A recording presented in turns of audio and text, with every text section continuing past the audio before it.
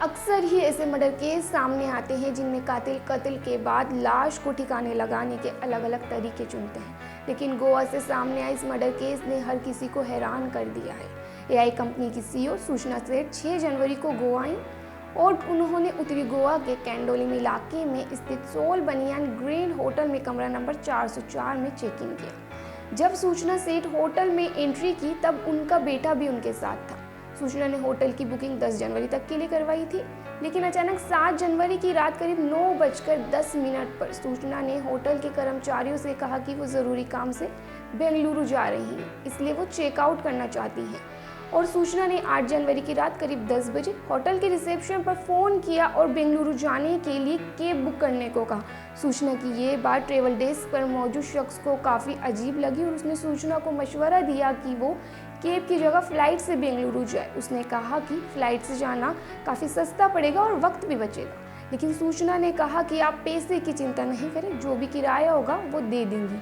8 और 9 जनवरी की रात करीब 1 बजे की नोवा कार होटल पहुंची और सूचना ने रिसेप्शन पर पहुंचकर बिल चुकाया। लेकिन जब सूचना ने चेकआउट किया तब उनका बेटा उनके साथ नहीं था।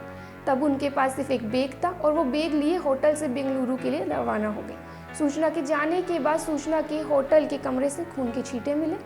इसकी जानकारी पुलिस को दी गई। पुलिस ने सूचना को कर्नाटक के चित्रदुर्गा जिले से पकड़ा। चित्रदुर्गा पुलिस ने जब सूचना का बैग चेक किया तो उसमें बेटे की लाश मिली।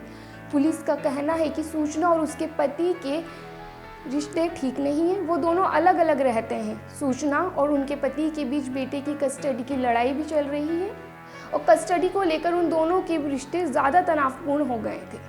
कोर्ट ने सूचना को हर हफ्ते रविवार को बेटे को उसके पिता से मिलवाने का निर्देश दिया था और सूचना बेटे को पिता से मिलवाना नहीं चाहती थी, इसलिए वो लगातार ये बहाना बना देती थी कि बेटे की तबीयत खराब है या मैं शहर से बाहर हूँ।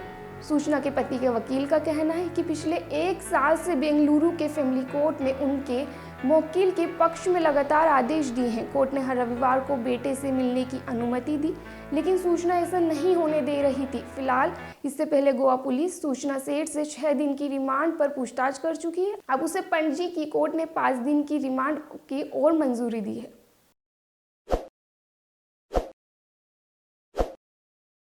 ताज़ा खबरों के लिए विजिट करें द फैक्ट इंडिया की वेबसाइट और डाउनलोड करें द फैक्ट इंडिया ऐप।